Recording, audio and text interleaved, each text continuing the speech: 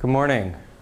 Okay, I guess so this morning you had Mark talk about machine learning methods in general. And so the next section I'm going to talk about probabilistic methods in particular.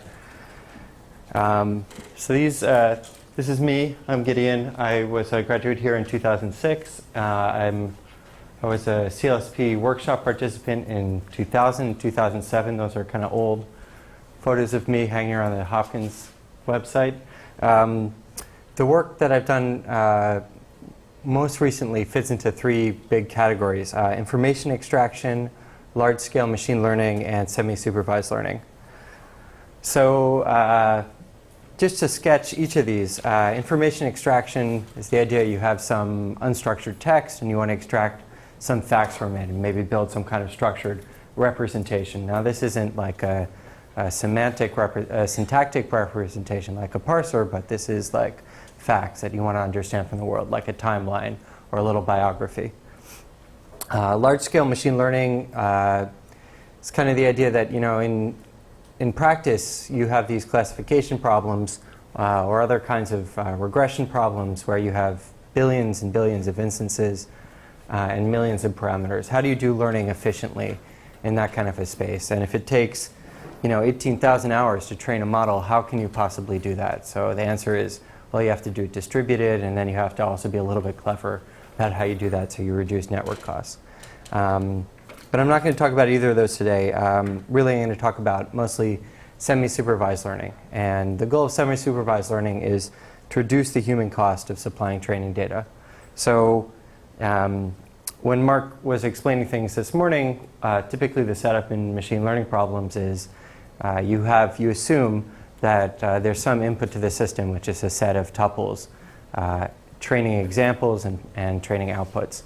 But really, there's nothing that ever comes like that. It's always an interaction between a person who has a particular problem to build, a particular problem to solve, and wants to build a particular model. So thinking about the human in that context and how they can inject more information to the system in a faster way, that's what I'm going to talk about. And the theme in semi-supervised learning that I'm going to talk about today is this new model that I've been working on for a little while, which is called the Generalized Expectation Criteria. And we've applied it to a family of probabilistic models that you might have heard of or you might be familiar with, called conditional log linear models. And so the structure of the talk is basically I'm going to talk about probabilistic models, learning in probabilistic models, and I'm going to talk specifically about the conditional log linear exponential model family. And then I'm going to show how to apply the generalized expectation criteria to this class of models. If you have any questions at any time, please feel free to raise your hand, stop me. I'm happy to answer any questions.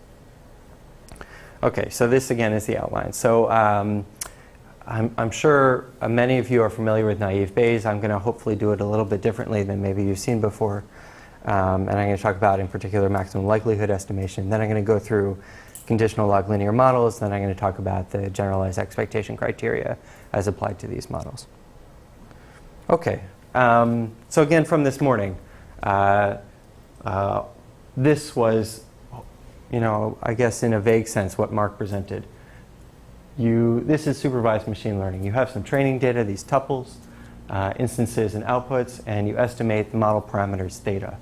And then you learn some function, and the function maps a particular x into an output y. And then inference is simply the process of when you get a new x, you predict y. Okay, so there are supervised machine learning, two parts, training and inference. Or training is also called estimation. Inference is also called testing or evaluation. Okay, so this very, very general framework can be expanded in a lot of different ways. So you can imagine that x and y, well, what is x? X could be a vector. It could be a vector of binary values. It could be a vector of real values. X could actually be a matrix. I mean, maybe you could think of it in a computer as a vector, but maybe there's some more logical representation as a matrix. Correspondingly, y. Y could also be an integer. If it's a classification problem, then it's an integer. If if y is a real value, then you're dealing with a regression problem. Y also could have some kind of structured output. It could be itself a vector, so there are multiple components to y that you want to predict. The F, the model, is the model family, and that's, for any particular set of parameters that you might be searching over, you're searching within a model family F. And then, even within this framework, there are a lot of different questions. In particular, a crucial one is, how do you estimate the parameters? Okay, you have some training data, you have picked your model or your model family. How do you figure out what the best parameters are given your training data? And so one of the kind of the surprising, or maybe not so surprising things, is that for a particular model or model family, you might have many different estimation methods or training methods for that particular model family. So to give a very simple example, in basic statistics, there's the concept of the mean, which is the arithmetic average. But then there's also the median, which is the number which falls roughly in the middle of all the values. And there are different properties of both the mean and the median. And people have given empirical and theoretical justification for each of these. So, okay, today in this talk, to be particular, this is the things I'm going to talk about. I'm going to talk about classification. So here, y is an integer or a vector of integers, and x is a vector, or in some sense, a matrix, perhaps. The family of probabilistic models that I'm going to look at is, the family of models is the probabilistic models. Now, Mark covered a number of models this morning. He covered support vector machines, decision trees, nearest neighbor did he cover? So there are a lot of different model families that you can imagine looking at. I'm going to look at one very specific model family. And the estimation method I'm going to introduce first is the method of maximum likelihood. And so I think the reason that I like thinking about it this way, and what I hope that you get from this, is that it's very useful to be able to come up with a model description and separate that from the estimation method that you're thinking of. And being able to think about things flexibly, like in that kind of a framework, lets you approach new problems. And so when you're thinking about a new problem, you might think of, well, what's the model description that I want? And then attach the estimation method. And then in a lot of cases, people use estimation methods which are approximations to the model they want to learn. And so often something which seems very complicated to learn turns out to be simple to approximate. Okay, so here is an example problem. Document classification. So document classification is something that people have explored a lot in machine learning. I think primarily because it's very easy to explain and kind of present what the outcome that you want. And it's also easy for a human to annotate and to evaluate the output of a model. But here's the problem. You have two snippets of text. Text about, so in this case, it's baseball stories and hockey stories. So I don't know if you can read the text up top, but the top story is a story about the Mets, and the bottom story is a story about the Rangers. So the top is a baseball story, and the bottom is a hockey story. So here, just to give you something concrete to hold on to, I'm going to represent a document as a vector x. Each element in the vector represents a word in the vocabulary. So clearly the length of x, the size of that vector, is equal to the size of the vocabulary. And so for a particular document, that position in the vector has the value 1 if the word is present in the document. Okay, and now the output space, y, is in the space of 0, 1, where 0 represents a baseball class or 1 represents a hockey class. Now, this mapping of classes onto integers is arbitrary. You can imagine doing it other ways. One way that actually people look at quite frequently is y's in the space of -1 and 1. So in the case of support vector machines, thinking about the binary decision problem in that way makes the mathematics a little bit easier. Okay, so naive Bayes. Who, by a show of hands, who is familiar with naive Bayes? Okay. Can someone tell me what that first equation is saying? Or what the first equation is a trivial example of? Exactly. So naive Bayes starts because that's Bayes' rule. And so at inference time, how do you choose y? Well, you just take the argmax over all y's and the one which is predicted with the highest likelihood. Okay, and then so why is that next equation an independence assumption? Oh, okay, thank you. Okay, so here I said make an independence assumption. What's the independence assumption that's being made there? Yeah? All the xi's are independent of each other given the class label y. Exactly. So this is why it's naive, because you're saying all of these xi's are independent. Okay, so you put these both together, and now you have that the predicted output y is the argmax over all the classes in that equation. Okay, so that's naive Bayes. So, oh, okay, good. Why don't you need the px? So up here when I said we were going to do inference, I wrote it out like this, but I didn't write the px term. Why didn't I do that?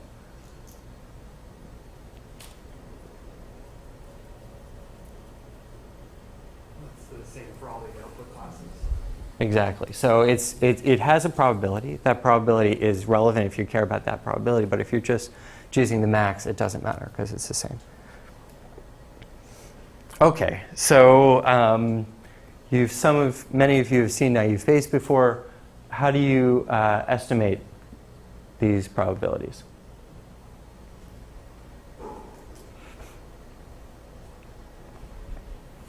Or intuitively, what might you want those probabilities to correspond to?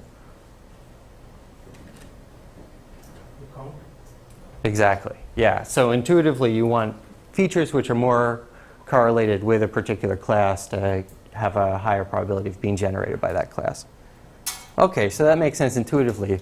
So now I'll show you something which I didn't see for a long time, which is how to actually derive that answer, that intuitive result.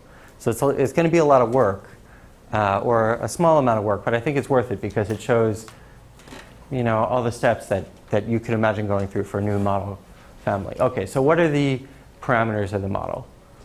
Okay, so here this is theta I y, which is a particular element in the vector, its correlation with y, the probability of that word being generated by that class. This is called the prior. That's just the probability of that particular class. Okay, now why are these constraints? Well, why do they need to be true? Exactly. So if you don't have these, then you won't get probability distributions. Okay, so now we have the model, we have inference, we've described what the set of parameters are. How do we get from this to finding a good set of parameters given some data? So a fundamental method in statistics and in machine learning by proxy is maximum likelihood estimation. Okay, so the maximum likelihood estimation is the concept that you find, or the set of estimators which find the parameters which maximize the likelihood of the model giving the training data. Okay, so what's the likelihood? So the likelihood it's the likelihood of a theta, and d is the data. And so kind of the emphasis here on this likelihood function is actually a function of theta. It's a function of the parameters. and the data is assumed to be fixed. So the idea is you're going to vary the theta, and that's going to change the likelihood function, whereas you're going to keep the data fixed. Okay, and the likelihood of theta is p of theta of d, where this is your model. And then you can expand that by saying this product. Okay, but wait a minute, what assumption is being made here when you go from the probability of theta of the data to just the probability on each particular data point of the output given the input? Oh, I like this thing. This is great. What assumption is being made in this step? Yes, exactly. So all the data points are being generated independently. Okay, and so this is the likelihood function. That's what you're going to maximize. But typically, actually, people use this. So they use log of x. And the reason is that you can actually see that the mathematics going to look a little bit easier. So instead of a product, you have a sum.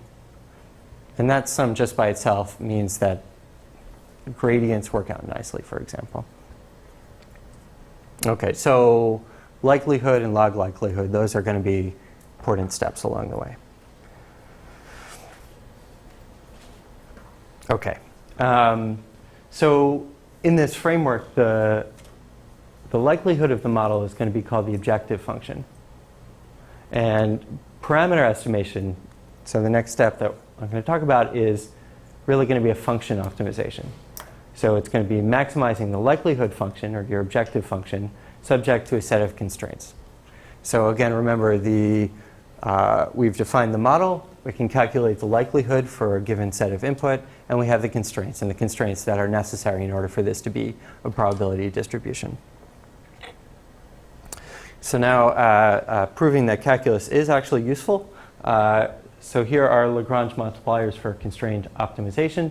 So you may or may not remember this from calculus, but this is the function you want to maximize f, subject to some constraints g. And the method of Lagrange multipliers says to maximize this function, which is f minus lambda g minus the constraints. And the theory says that if you maximize this, then you get a maxima of f where the constraints hold. Okay, so we still got some more work to do, but then we're going to get to kind of a proof of the intuitive result of why you should simply take the counts. Okay, so first thing that you do to solve this series of equations using Lagrange multipliers is you take the partial derivative. So here I'm just going to show you for the prior theta of y. So you take the partial derivative of that function with regards to y, and you get this. And you then take the partial derivative of that function with regards to lambda, and you get that. And then when you solve this system of equations, you can then derive the result that the count is the appropriate maximum likelihood estimator for the prior. So if you look at this is a sum over data, and this is a indicator function, which is 1 if that particular data point has the value y, and this is simply the number of documents. Wow, okay, so that was a lot of work. I mean, it would have been a lot easier if we had said at the beginning, okay, let's just do the intuitive thing and take the counts. But I think it's worthwhile going through and really taking the time to go through all the tiny little steps, because this is the kind of method that you will be able to use in order to solve new estimation problems for new models. And when you can describe new models, then you can apply it to more interesting problems, and you can really break new ground. Okay, so just to recap, here's what we did for this in general for probabilistic models. You defined a model and you defined the parameters. So this was our model. We defined that the probability of p of y given x is going to be defined to be the prior and then the product of the independent probabilities. And again, this is a approximation to what the true probability would be. I guess actually, since we left off the p of x term, this isn't even actually a probability, but this is approximately equal.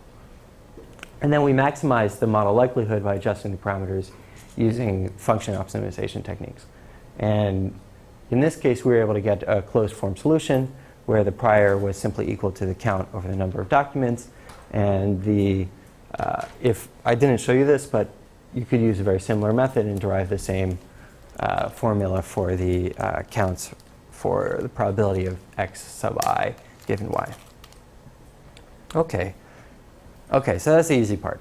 So now we're going to talk about, or I'm going to talk about conditional log linear models, starting with maximum entropy models, or also called multinomial logistic regression models. Okay, so the previous model was generative. Can someone tell me what does that mean, that it was generative?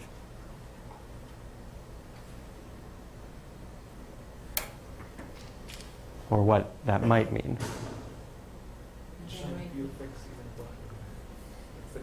Yes, this is the clue. So in a generative model, you have this intuition that the data or the observed variables x are being generated by the labels y.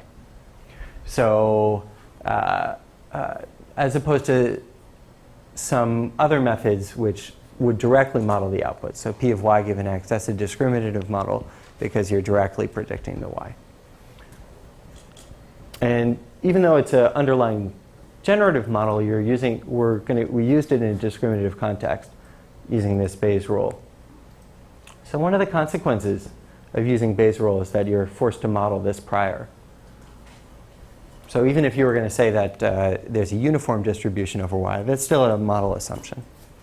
So the next set of models, or the next model family that I'm going to talk about directly or tries to directly model p of y given x. So I'm not going to go into it in a huge amount of detail, but just to give you a little passing familiarity, has anybody seen this kind of graphical model representation before? Maybe Jason presented? Did he? Okay. So here you have some hidden variable. These are the blank circles. And you have some observed variables. These are the solid circles. And this isn't quite right. But these are factors. And so they're functions of a particular configuration of a value of an observed variable and a value of a hidden variable. So here in this diagram, there's only one hidden variable with multiple observed variables. And the probability of so this is kind of a discriminative setup. So you have, you're predicting a y given an x, you're predicting output given an input, and it's going to be simply the product of all of these factors. Okay, so if this is one output and multiple inputs, what does this correspond to? Yeah. So yes, in that you could describe a hidden Markov model this way, but actually this is a little more general. This is describing generally any kind of a sequence model where you have multiple y's and multiple inputs. But yes, a hidden Markov model would look like this. So again, if you were in a discriminative context, p of y 1 given n given some x would be simply the product of factors, of all these factors. Okay, so maximum entropy models, also known as multinomial logistic regression models. This is their basic form. So you have the probability of y given x is equal to 1 over c of x times e to the sum of over k factors or features, theta k, psi k, x, and y. So, okay, there are a bunch of pieces. Let's do this first. So z of x is called the partition function. It's a normalization function. What does that value need to be in order for this to be a valid probability distribution?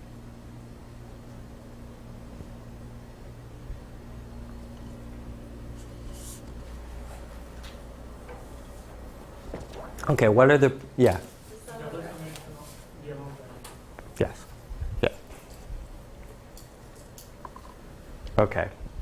Oh, geez, are these out of order? No, I just missed something. Okay, so I think this is what you're saying. So this is the sum over the outputs, the sum over e to the all of those factors. If you want a probability distribution, it has to have that value. Okay, so let's dig a little bit deeper. What is this psi k? Well, psi k is simply any function of a particular input and output pair. So if your input is a vector and your output is a class, it might be something like this. Psi of x and y is 1. That function is 1 when this particular vector parameter is 1 and you're looking at this class. So y prime is the class you're interested in. So in the case of document classification, xi is a particular word, and this parameter corresponds to this feature corresponds to a feature which is on when, say, the word is Mets and the class is baseball. Yeah? So is there, like you also call these factors, is there a difference between factors and features, like conceptually even, or is it? No, they're the same thing. Yeah. Okay, so given this definition, how many parameters would you need if you wanted to have each feature represented uniquely for each class? Sometimes millions. Millions. So if x is, if you have a vocabulary in the millions and you have 100 output classes, you need 100 million parameters. And you might conceivably have many, many more. Okay. So one way to kind of understand the name logistic regression is by analogy to linear regression. How many of you are familiar with linear regression? Okay. So you can, if you squint a little bit, you can kind of imagine that here what's happening is you're having a summation is over a number of inputs, but instead of a linear combination of those inputs, you have a logistic function. Okay. So maximum likelihood estimation now for maximum entropy models. This is the likelihood function, or the log likelihood function. And then here I just wrote it, I just kind of applied the log to every particular instance. So the way it falls out is this first factor is, these are the parameters or the weights, theta k, and these are the features or the factors, psi k. And then this is the partition function. And I kind of got a little bit lazy, I didn't write it out, but this is a partition function on some input data. Okay. So how do we optimize that? Well, I'm not going to use, or I'm not going to present Lagrange multipliers here. Instead, people typically use gradient-based optimization because it's not a constrained optimization problem, it's an unconstrained optimization problem. So here it's an iterative approach. You have some particular value of the function for some parameter settings. Let's see. So you optimize this function by taking the value at this point and moving it in the direction of the gradient by some amount. Your x, you mean theta? Yeah, I do. I don't know why I wrote x. Okay, yeah. So you have, thank you. So here you have a gradient on the theta parameters, the theta, and here you have the function on the theta. And so this is a little graphical depiction of the process that you might go through. So you have your initial set of parameters, x sub 0. You find the gradient, that's this arrow. You move in the direction of the gradient. You get to another parameter settings, x sub 1, that has a different value for that function, which should be either minimized or maximized, depending which you're way you're climbing on the gradient. You apply the gradient function again, and you take another step. And as you apply this, you get to a minima or maxima, depending, again, which way you're going. There are many types of gradient-based optimization methods. I'm not going to talk about any of them, except to say that there is a huge amount of work, and typically just understanding this is sufficient. So you have some kind of function you're trying to optimize using a gradient-based method, and to do it, basically you have to understand how to evaluate a function and how to take the gradient. Okay, so how do we do this for maximum entropy models? Well, the gradient is the vector which consists of the partial derivatives with respect to each particular parameter. So this is the log likelihood of the parameters given the data, or condition on the data. And this is a particular parameter, theta sub k. And for that particular parameter, this is the value of the gradient. The gradient will actually be a big vector. Again, maybe millions or 100 million dimensional vector, where each position of that vector corresponds to this. So in the first part, these are typically called the constraints. So this is just the values of the feature for or the number of times that feature happened. Yeah, the empirical count, yeah. And this is the expectation. So this is your model prediction times the feature value. So now that you have this gradient calculation, that's all you need for maximum entropy models. You have your model, you describe your set of parameters, you calculate at each step, you calculate the gradient, you give it to a gradient-based optimizer, you run a step, and you walk the path, and at the end you get a set of parameters. So actually this derivation was one of my Google interview questions. So I was very happy that I knew that. Okay, so this is naive phase versus maximum entropy. So this is a paper by Andrew Ng and Michael Jordan, 2002.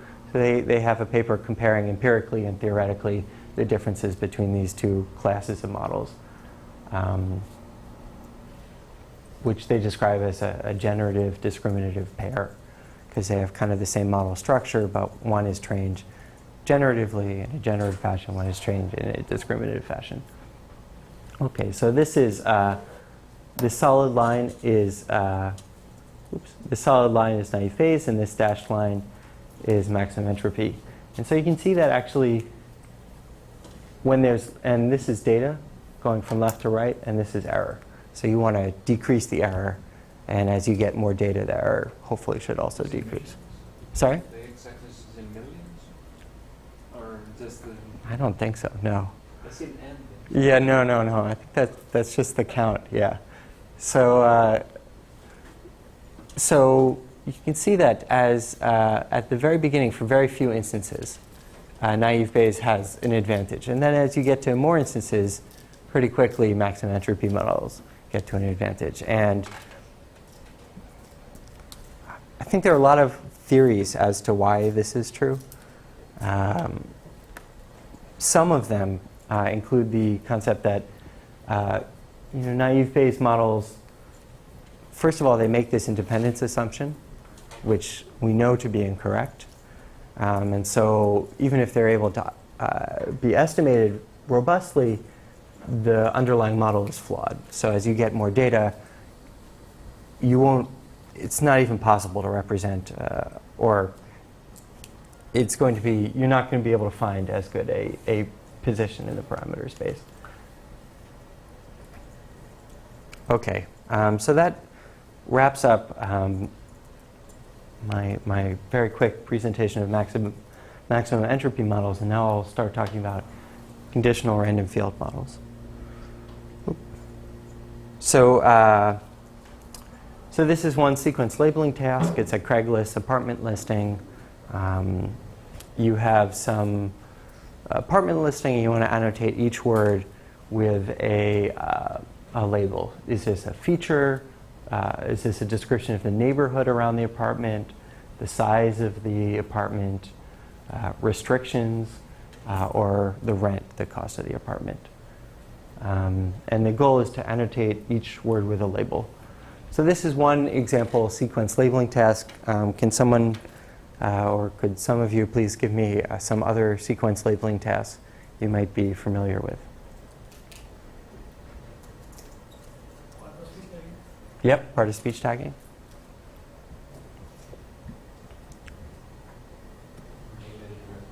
Yep. So those are probably the two biggest uses of sequence labeling: part of speech tagging, named entity recognition. So in both of those, in this case and in those cases, one of the complexities of this type of problem is that some of the labels you only know from context. So like this slash. I mean, it's just a slash. You only really know what the meaning of that slash is, or the semantic context of the slash by the surrounding context. And not just the lexical items, but also the label assigned to the lexical items. So as opposed to a model which would have a separate classifier on each word and they would be unconnected, sequence labeling tasks usually benefit from some kind of model which makes a joint decision, usually. So here are conditional random fields. So up here, this is a hidden Markov model. So did Jason talk to guests about this a day or two ago? Is that right? Or not yet? I don't think he went into much. I mean, he talked about it a bit about it. Okay. Well, he at least presented the idea. So this is a Markov model, and this is a conditional random field model. Okay, so there are a number of things different and similar in each of these models. So the similar thing is that they're both describing a sequence labeling task, a solution to a sequence labeling task. But okay, what are some of the differences between the two models? Is it dependency between the observed data? Yeah, so that's right. So here, this function is a function over multiple input units, yeah. Whereas that's not modeled here. And the reason that it's not modeled here is that the independence assumptions that are imposed on the input doesn't allow you to model them appropriately. Okay, so that's one.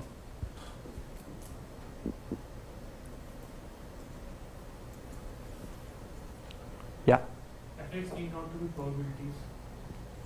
Yeah, that's another good point. So here you assume that you have a conditional probability distribution. That's not assumed here. So what's the immediate consequence of that?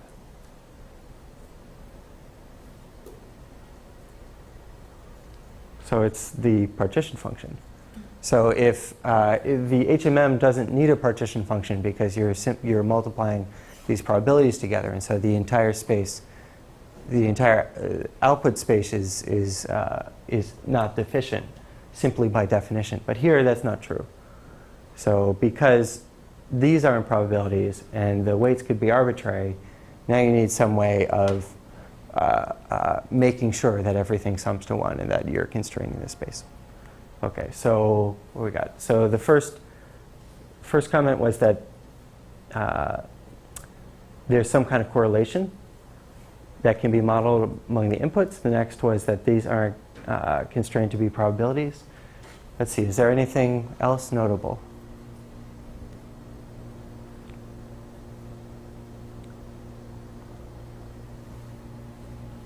So I think, sorry? The model guide probabilities using HMMs and use condition probabilities. Yeah. So so here this is a joint model or a generative model because both are being generated. And here this is a discriminative model. So I stole this picture, as I stole a lot of different things from this talk. But this picture is really nice.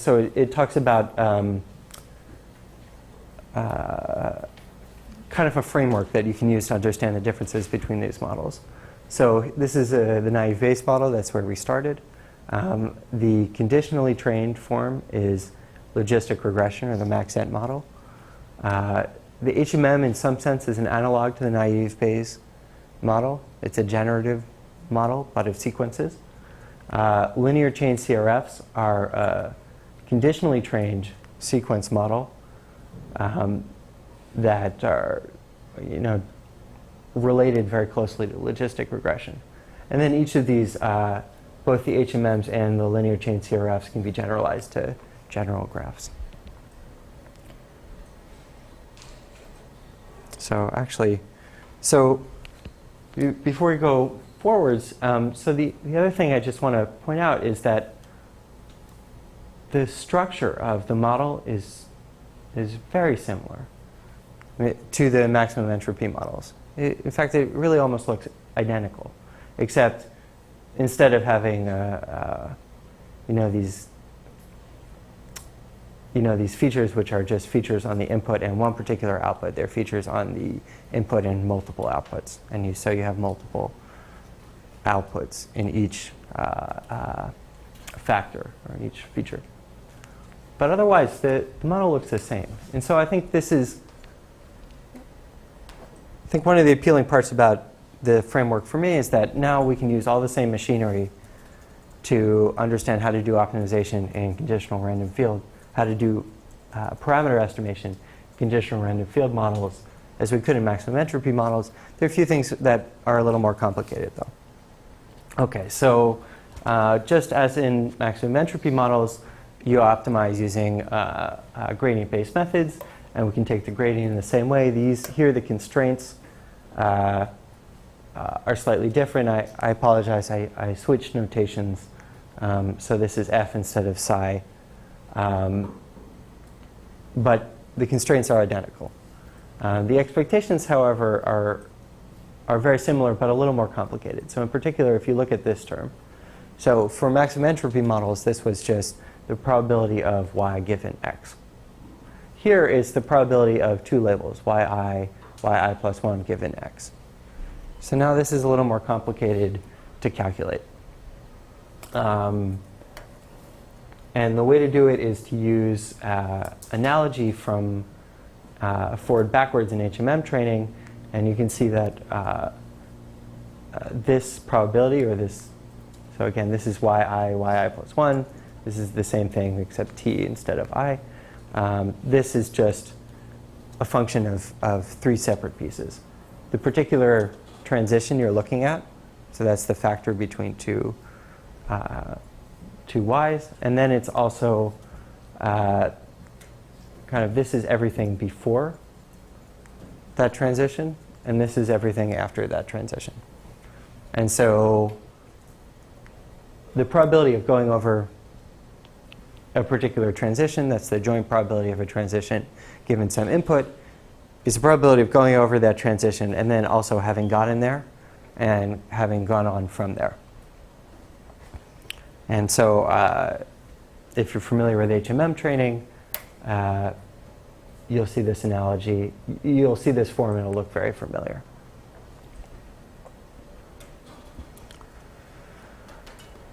Okay, so that's it for conditional log. That's it for conditional random field models. I guess I probably should have had some experimental results showing you that they do better, but I think they've been adopted because they do better and because they allow you to model dependencies on the input, which would otherwise be tricky to do given an HMM. Okay, so now we can extend the same log linear model to dependency parsing. So, at this point, maybe, it's kind of getting to be old hat, because it's the same, you can see that it's the same model and it's just in all these different contexts. And I think, apart from slightly boring you, I think that that it is useful to see that, this is the general framework, and you can see all of these models fitting into this framework, and you can see how you might extend this framework to model other different aspects. Okay, so dependency parsing. So a lot of people have looked at dependency parsing.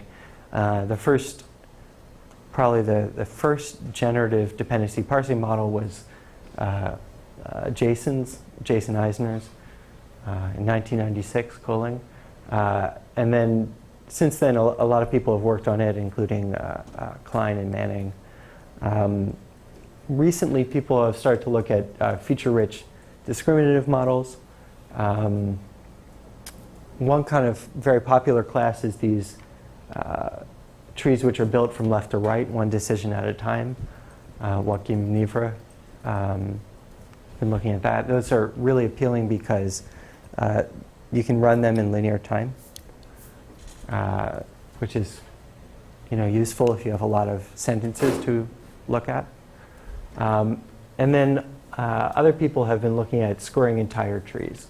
And so here the idea is, well, what if we could have a model which assigned some value to an entire tree?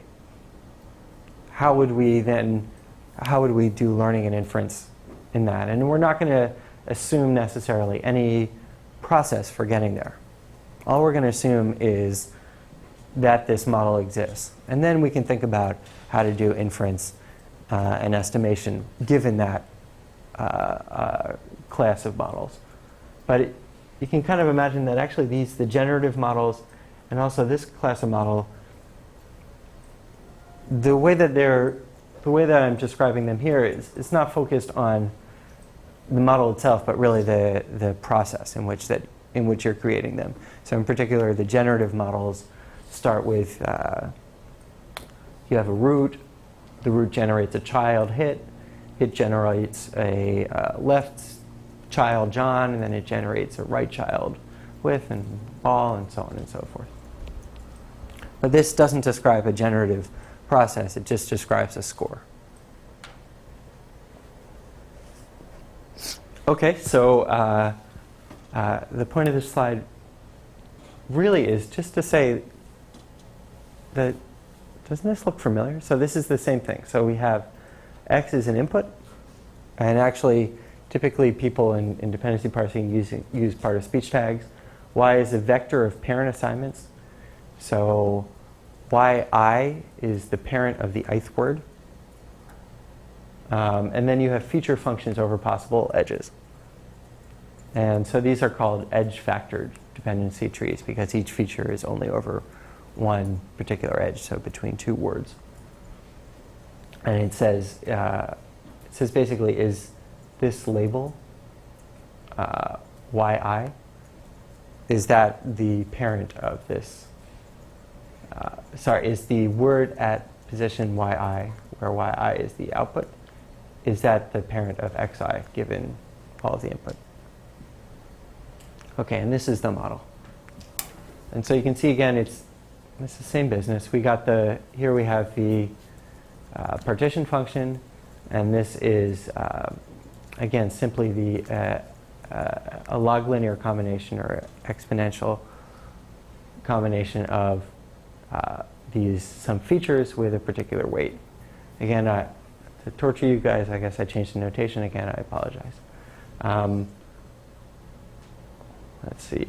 So I guess the first thing is, so Ryan McDonald, colleague of mine, showed that inference, or finding the best particular output, is equivalent to finding a minimum spanning tree in a graph, where the weights are just these edge factors.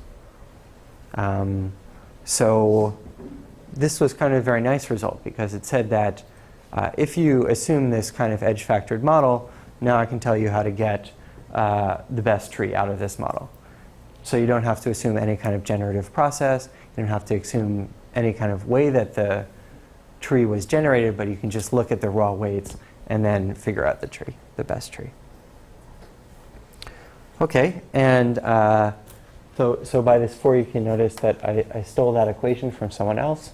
Actually, I stole it from Noah Smith and David Smith, both Hopkins grads.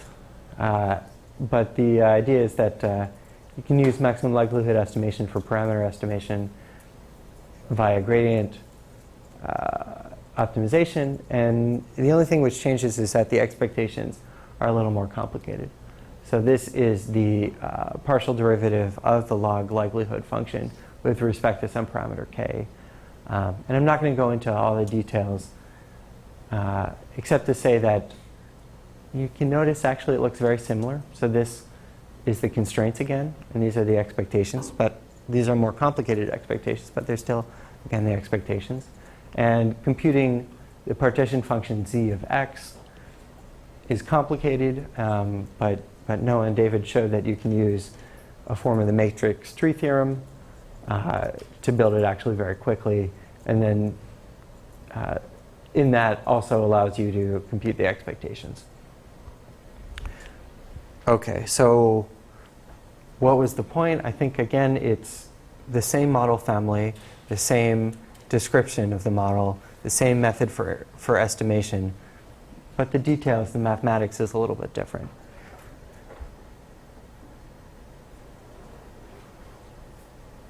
Okay, so this is what we've done so far. Oh geez, okay.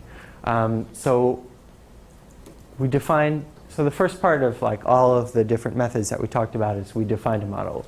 It's either naive Bayes, maximum entropy, conditional random fields, or conditional random field dependency parsers, or log linear dependency parsers. Then I said, given some data, we're going to determine the parameters using maximum likelihood estimation. And the way that we're going to find those parameters is using optimization techniques. And I showed you two, Lagrange multipliers and gradient ascent. And gradient ascent was used for all of these log linear models. Lagrange multipliers were for the naive Bayes. There are other methods that people use. But if you're going to know two, those are good starts. And then finally, once you have those parameter settings, to make new inferences, to make new output decisions given a particular input, you can use two. Here are two things. I guess I didn't cover Viterbi. Hopefully Jason at least hinted at that the other day. But I did spend a moment talking about the minimum spanning tree. So again, I think the take-home picture is that there are three separate things you have to consider. One is what the model looks like. The next is how you're going to estimate the parameters. And finally, how do you use those parameters to make new inferences? Okay, so that was, in some sense, a very long background introduction to the next part that I'm going to talk about, which is generalized expectation criteria. And the point of generalized expectation criteria is that it allows you to use alternative labeling modalities. And you can apply it to this rich class of discriminative models, and again, fit using gradient ascent. So I'm going to use all of the tools that I introduced in the first part, but actually now it's going to be a different objective function. Okay, so typically when people present semi-supervised learning, this is the picture, or one of the pictures they use. So you have two labeled instances, the blue class and the red class, and you have a lot of unlabeled instances. So the question is, how do you augment your labeled data by using unlabeled data? So GE criteria are functions over model expectations. So as an important special case, and what I'm going to talk about, they can be formulated to encourage model expectations to match domain knowledge and allow semi-supervised learning. Okay, so this is generalized expectation criteria. So generalized expectation criteria is a function over a scoring function, some feature set f, or some feature f, and some model p. And so it's the score of the empirical distribution of x of your data, and then the model's distribution over y of that particular function.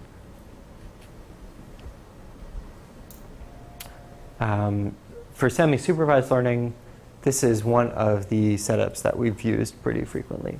So you have the KL divergence between two things, domain knowledge, which is encoded in conditional distributions of, say, labels given a feature, and B is the expected conditional distribution of labels as estimated by the model on unlabeled training data. So this is the instance of GE that I'll talk about for the remaining moments. Okay, so it's the KL divergence between this domain knowledge and this expectation. And the idea is that you want to find models where the parameter settings, you find parameter settings in which the expectations match the priors or match the domain knowledge. Okay. So this itself is going to be the loss function or the regularizer or the objective function or the estimator that is going to directly penalize model deviation from domain knowledge. Okay, so again with GE, it's an estimation method and it can be used in all of these model families. And so I'm going to present, I guess, quickly using this estimation method for a bunch of different model families, for all the ones we've looked at, in fact, for maximum entropy models, for conditional random field models, and for dependency parsing. So the idea of label regularization is that if you have some prior understanding of the distribution, the relative distribution between the output classes, you can use that to do learning. So if you have this one label and this other label, so this is class blue and this is class red, and you know that this is the relative distribution of the classes, then perhaps this looks like a reasonable decision boundary and says everything to the left is the blue and everything to the right is the red. And so in training or in parameter estimation, you simply replace the log likelihood with the GE criteria. So here this is the objective function. You're trying to find theta star. That's the theta which maximizes the log likelihood. So that's maximum likelihood estimation. And this is estimation with GE. You're trying to find the theta star, which minimizes the KL divergence between your prior domain knowledge and the expectation over your data. So, pretty simply, I guess I should have had I should have written out KL divergence, but you can just think of it as squared difference between this is a probability distribution, and this is the expectation over all of the data. So it says if you have 70% of your input data should be in the blue class, on any particular sample that you get, 70% should also be categorized by your model as being in the blue class. And you could also imagine actually using a joint objective function. And so using both, that theta should be over both of those, not separately. But you want to find the theta which jointly maximizes that difference. So estimating using GE works the same way as maximum likelihood estimation, except the function that you're optimizing is different. So instead of optimizing the likelihood function, now you're optimizing the GE function. And the way that you do it is you take the gradient again of the GE term. So this is form of the KL divergence. So P log the expectation of the model, which I'm writing as Q. And then with a little symbolic manipulation, you can put it into this form. And this actually has a relatively nice interpretation. Q of theta is the unnormalized probability distribution. And so this part in yellow says that if Q theta is proportional to P tilde, then the gradient is 0. And that is really what you want, because you want the model to be perfectly optimized or at its maximum where the model is able to exactly match the label priors you've given. So there are more experiments, but these are a few. So in all of these, this is a logistic regression with generalized expectation criteria, and I compared it to naive Bayes and naive Bayes with EM, and another method I'm not going to talk about. But this solid line is label regularization, and you can see that it does better in virtually all the cases, except for this one. 3 out of 4 of the cases. And there are a number of reasons. Part of it is that the logistic regression function simply is that model family is a better model family than naive Bayes. And then also that EM as a estimation method has some quirks and often goes off in kind of odd directions. Okay. Let's see. So that was label regularization, where you had the input, which is a prior over some P of Y, but you could also imagine some kind of other domain knowledge. So in particular, you might imagine you have some knowledge that a particular class is likely given some feature in the input. So for document classification, baseball versus hockey, you can imagine that a person could sit down and say, well, I know baseball words and I know hockey words. So this is the kind of domain information that you might give to the system, as opposed to a person sitting down and marking documents, saying this is a baseball document, this is a hockey document. Instead, they're going to sit down and say, these are a set of baseball words, these are a set of hockey words. And they give this information, and so it's a marginalized conditional probability of a label given a particular feature. So this is what a little snippet of knowledge might look like. Domain knowledge, the probability that the label is baseball, that the output is baseball, given that the word pitcher occurs in text is high, 0.99. And the probability that the label is hockey, given that the word pitcher occurs in text, is very low. And then again, this fits pretty neatly into the GE criteria. So in practice, do you ask people to estimate what they think these numbers should be? Like, do you actually use this, or do you count? Or? We've tried different things. It actually usually seems to be enough for people to just say 0.99 and 0.01. You can get a little bit of gain by estimating those probabilities more finely, but just a push in the right direction is usually what you need. Okay, so we have this model. We're describing a new annotation paradigm. Then the question is, do the labeled features really provide benefit over labeled instances? Is it actually going to be quicker? So this is what we did. We presented users with words selected by LDA. There's latent Dirichlet allocation. It's an unsupervised clustering method, and users chose the majority label for a particular word, or they could choose to ignore that word. And then after they did that, then we asked them to do traditional instance labeling. And then with each new piece of information, either the labeled word or the document, we retrained the classifier. So I'm going to show you some diagrams. In all the diagrams, they look like this. This is accuracy, higher is better. This is labeling time in seconds. This is each dot represents either a document or a word. So this dashed line is GE, and this solid line is traditional instance labeling. And actually, I think we used Entropy, a different semi-supervised method here, but the results are virtually the same. And then at some point, we ran out of words to give the user, so we stopped giving them new words. So at that point, we just continue the line. So these are a bunch of different experiments.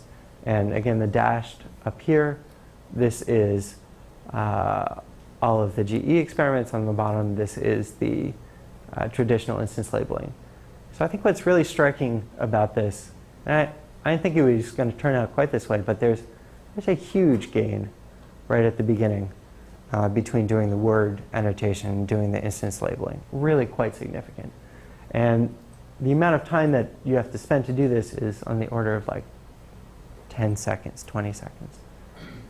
Now, one of the things that you'll also probably notice, and I guess I'd be negligent if I didn't point out, is that in the limit, though, the traditional instance labeling does better. So you can see that after you get a sufficient number of instances, that is better than just the word labeling. And you can kind of imagine why that's true. Each instance actually gives a huge amount of information as opposed to a particular word.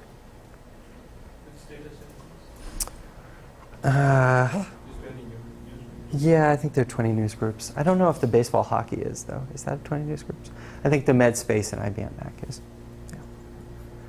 Yeah. There's more, but okay. Okay, so I showed you for, this is for classification. So now I'm going to take the same estimation method, and I'm going to do conditional random fields, and then I'll do discriminative dependency parsing. Okay, so the type of domain knowledge for conditional random fields that I'm going to talk about is the conditional probability of a label for one token given a particular feature. And you could imagine in the conditional random field case different types of input domain knowledge. But I think for right now, I'm just going to talk about this, and that's all the experiments that we have so far, I think. So again, just to remind you, this is a sequence labeling problem, and this is going to be the domain knowledge. And so similarly to the document classification, you have the probability of a particular label for a particular word, given there is some feature of that word, is going to be the domain knowledge. So for example, you might say that the probability that the current label is a feature, well, that was a terrible example, but like cottage or kitchen, given that the current word is kitchen, is 0.9. So now this kind of opens up a new way of doing labeling. You could imagine typically what people do for labeling in conditional random fields is they'll label contiguous sequences. So from start to finish, they'll label the entire sequence, and then they'll use that sequence for doing maximum likelihood estimation. But actually, you could do something different. You could label isolated tokens and calculate the labeled feature across the whole corpus. So for example, if you want to figure out the feature, if you want to figure out a distribution for kitchen, you look at the probability that y is equal to feature, given that the word is kitchen, in lots of different contexts, and estimate that entire probability distribution. As with maximum entropy models, the GE is applied using gradient-based optimization. So I guess this is, again, the maximum likelihood estimation. This is the GE gradient for CRFs. It's more complicated. And basically it runs into, you have to derive a dynamic program to efficiently calculate these. But the time isn't terrible. It's like n cubed or thereabout. And the way that it fits into the general model is the same. You estimate, you calculate the gradient, and you use it in this gradient-based optimizer.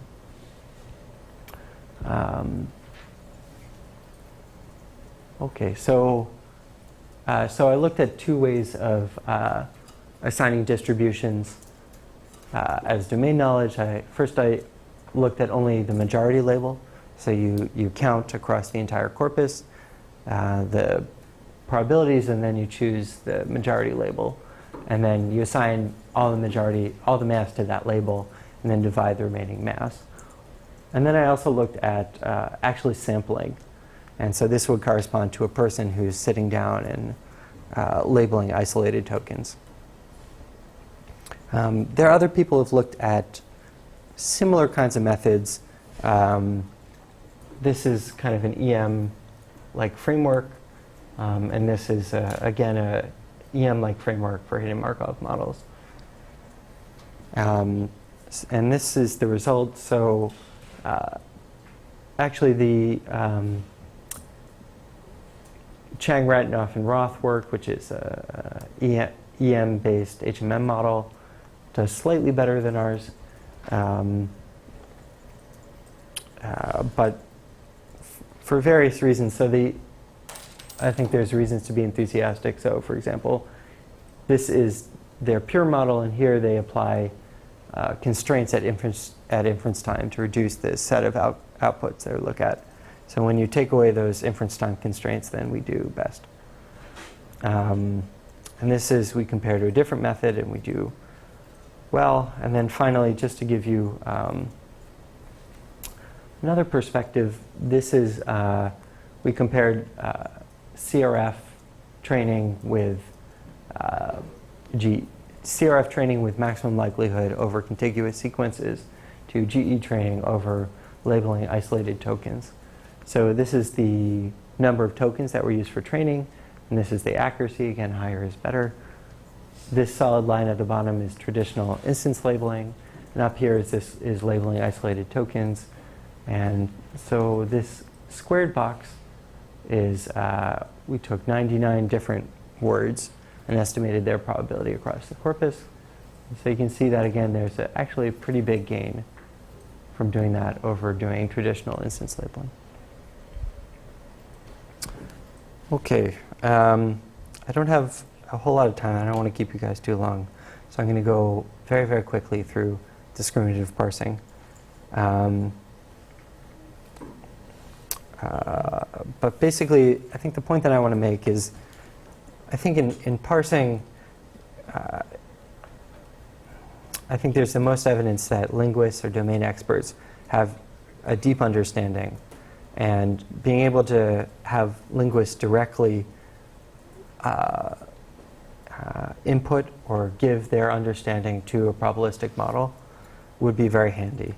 And so GE is one way to kind of facilitate that. And so we use GE in essentially the same way. Instead of a KL divergence, we use squared error.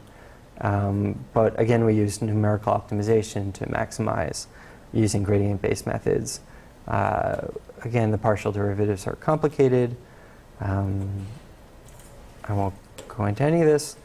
But I guess I will show you some results. Let's see.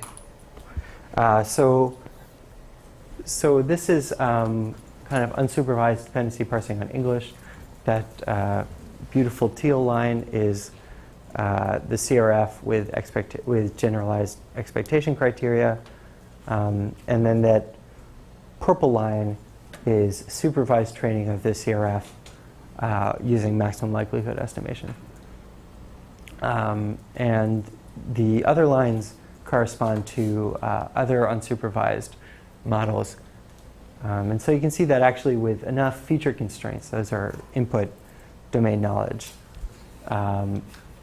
GE does actually quite well and surpasses the unsupervised methods. And I think the only other comment I want to make about this is that when you look at unsupervised methods, I think the question is always, what is the bias introduced by the system designer? So in the other methods that we compare against, Klein and Manning's and also contrastive estimation, Noah Smith's model, there's a lot of tuning that they did in order to get good performance, which isn't encoded directly in the model, but it happens in the way that they set up their learning problem. So I think one of the advantages of GE is it's very explicit about the information you're putting into the model. It really is just these domain constraints. So these are kind of the points that I want to make about GE, which is that labeling features or alternative modalities can be more efficient than instance labeling, and that you can use them for semi-supervised learning of discriminative models. Did you have a question? Yeah. To what degree is the model affected by the choice of individual labels or the individual components of the instance? I feel like if you pick ones that are more discriminative, yeah. do better. Yeah, so if your domain knowledge is not that informative, you're not going to find a good parameter setting. So you have to find, your expert has to know what they're doing. So in some sense, maybe that's a higher onus on the human doing the annotation task than you would have with instance labeling. Yeah, that's a good point. Okay, so this is the end, and I just wanted to go over kind of the points that I think are the most important, which are that this is, when you're thinking about building a probabilistic model for a new problem, these are the steps you want to go through. First, you have to define the model. You have to pick an objective function. I talked about, so the models I talked about were naive Bayes, maximum entropy, conditional random fields, and log linear dependency parsers. I talked about two objective functions, maximum likelihood estimation and generalized expectation criteria. Then you have to find the optimal parameters for that objective function via optimization. And I presented two methods, Lagrange multipliers and gradient-based methods. And then finally, you have to use those parameters to make new inferences. So actually, I didn't present the Viterbi algorithm, but that's one example, and the minimum spanning tree is another example. So I think hopefully this framework will give you some tools to use over the next few weeks. Okay, are there any other questions before I let you guys go? Okay, thank you.